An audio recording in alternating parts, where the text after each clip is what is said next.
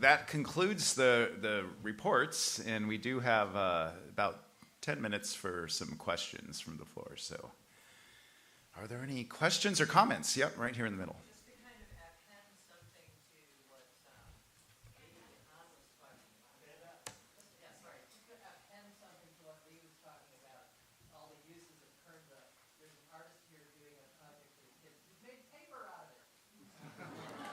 All right. Excellent. Thank you. Yes. Are you considering tuberous rooted plants as a food source that could be, the tubers could be enlarged on some of them to be more of a source of food, almost in terms of like sweet potatoes? Is that of interest at all? Right. The question is, are we considering working with some tuberous plants? And I'd say that at this point, we're not. We would certainly consider it. I mean, with some tuberous plants, or most of them, if what you're eating is the tuber, that takes away from the lack of disturbance in a perennial crop to harvest it. And yet, there are some tuberous plants that you would not just eat the tuber on. But yeah, that's a good suggestion. We will have to consider that. Yes. Uh-huh. As a first-time visitor to the Land Institute, and plant geek, I'm interested in which species of silphium you've been working on. Yeah, sorry, I should have mentioned that. I've been working on Silphium integrifolium, but we also have been collecting pretty much any other silphium that we can get our hands on to be able to see if they can cross with each other, if we can use those other species as a kind of tertiary gene pool, just like wheat breeders cross with wild species to try and get disease resistance and that kind of thing. You might mention the Tibida garden right there, because it's not going to get pointed out. Okay, Tim is suggesting that another species that we've started looking at, and it also has a long pedigree in the Land Institute culture, going back to, I believe, Wes's master's degree, is the genus Retibida and the coneflowers, not the echinacea, but the other coneflowers. And so this is sort of what we were talking about, this domestication kind of filter or pipeline that we just have to try some that seem obvious candidates and just start working with them. And so that was something we've done with that genus is we've taken a couple species, and the reason I'm mentioning is that you're undoubtedly going to see them because they're right in front of the bookstore. So that's what those are. We're just getting a first look, at least the first time in many years, to see what it's like to work with those, and maybe they will end up being something that down the road someone will want to work with as a domestication project. Thanks, David. Any other questions or comments? Have you tested the opportunity to place Kernza seed or any of the seeds into those seed archives in Antarctica? In Svalbard? It may be there, but we have not put it there. Oh, I'm sorry. The question was whether we've had the opportunity to put some of our Kernza seed or any of the other crops in the Arctic seed bank in Svalbard. Is that Svalbard? Yes, which apparently was just tapped this last week or week before. But no, maybe we might want to consider doing that too. That's why we have this session right now. All right. Yes. I'm a slow kinetic learner, and I've had the impression that you guys are making a lot more progress in seed size with Kernza than apparently you are. And I was wondering if you could show us sometime the difference between an annual large seed size plant and what it produces and what you're getting from this three-medium wheatgrass. Do you want to verbally respond? So the question, or the gentleman is interested in the contrast in seed size that we might see in an annual wheat, for example, with Kernza, and how much the seed size has changed in Kernza over the years through the breeding program. Lee might be able to comment a little bit more on that. Yeah, so I had in mind to actually bring a few samples to the tour this afternoon, where there's not hundreds of people, but hopefully about 50 at a time, that we might be able to look at things closer up. So now that you've asked for it, I'll really try to do it.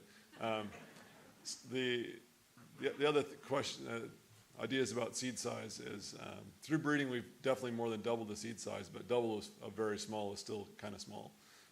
So the size remains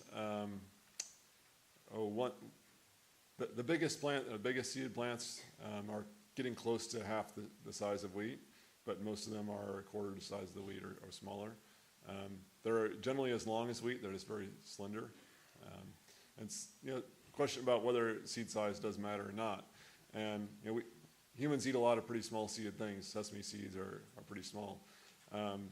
But it's always harder to work with them, and we have a lot more of the outer portion, the bran portion, than the endosperm part that gives us more nutrition. So depending on your perspective on whether you like lots of fiber or not, but it's very high in fiber currently, so the hope is to make larger seeds that are reduced in fiber. Through breeding, we've made the seeds a lot larger, but we found that as the stand ages and plants become very dense, the stems become more slender, the heads become more slender, the seeds become more slender. So trying to figure out a way to keep that, the thick potential of that plant to have big, thick stems and big, plump seeds as the stand ages is one of our big management challenges I was talking about. So although I've got plants with very, very large seeds, we have a hard time growing those on a huge field and keep that large seed size there. And so I hope we can address that over the coming years. All right, Lee. I thought maybe you could talk a little bit about the polyculture aspect and what your plans are with the land use plans to do the years to come. So right now, the question is, what is happening with polycultures at the Land Institute? And since I've been here for the last 3 years, I've been trying various combinations, especially of legumes, not seed grain producing or pulse legumes, but pasture-like legumes, alfalfa, different clovers, and a crown vetch, which is an invasive legume. Everyone hiss. But we flirt with these things, Johnson grass. And looking for a stable biculture to begin with Kernza and these perennial legumes in particular. And that research, and as well as spacing. I mean, do you plant 20 centimeters apart, 40, 60, and what's the competitive dynamic that sets up over several years, not just in year one, but we're having really interesting results in year 3 now, where you really can see the legume contributing blatantly in the color of the leaves of the Kernza crop in some of the spatial arrangements that we've started 3 years ago. And so that work is informing another round of plots that will take the best spacings, the best varieties, and we're also going to retrial, for example, some of the clovers that all lost out in not just plots that we've had here, but some that other people have tried in competition with Kernza, which is a pretty aggressive crop to compete with. But we will be setting up a new set of trials to look at these intercrops again, just to retrial things that didn't work the first time. And especially focusing on alfalfa. It is a robust, hardy legume, and it fixes very high amounts of nitrogen.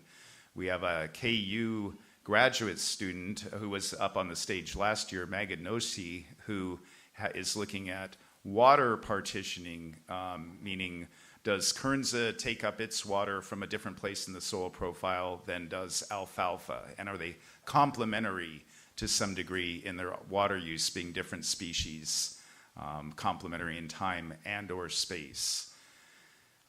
We have tried. There's a very mangy intercrop at the 72-acre farm down the road. If you want to see what sorghum and silphium looks like, this was a idea that we were interested in. Silphium is a C3 plant, photosynthetic pathway, and sorghum is a more drought-tolerant C4. Silphium has extremely deep roots.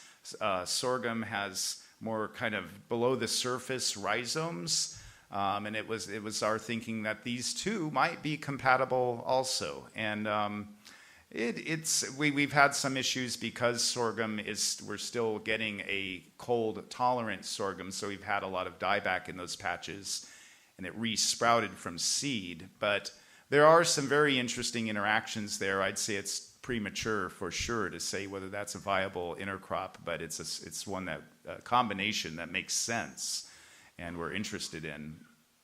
Part of our challenge, of course, is that we talk about these perennial crops folks are developing is the hardware, if you will, of this new ecosystem, and we can't really build these intercrops out of the old hardware, which is the annual crops. But there's not very many of these crops to choose from.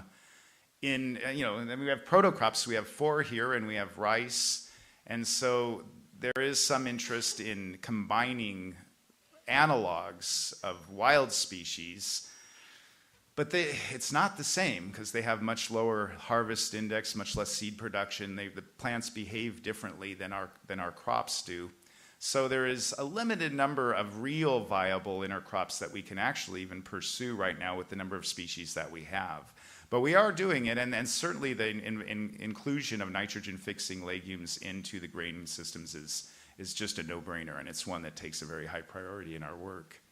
But this actually is an excellent point to make the segue into our last speaker of the research roundup. And while I'm introducing her, I'll invite my colleagues to depart from the stage behind me. Let's give them a round.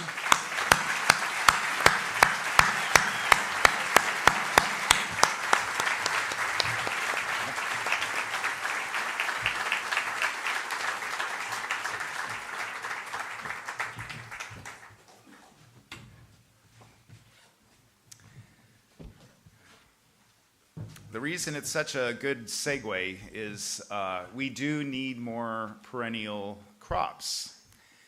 And certainly the strategy of going after hybridizing our current annual crops with perennial cousins is a viable one, and we are pursuing it with great gusto.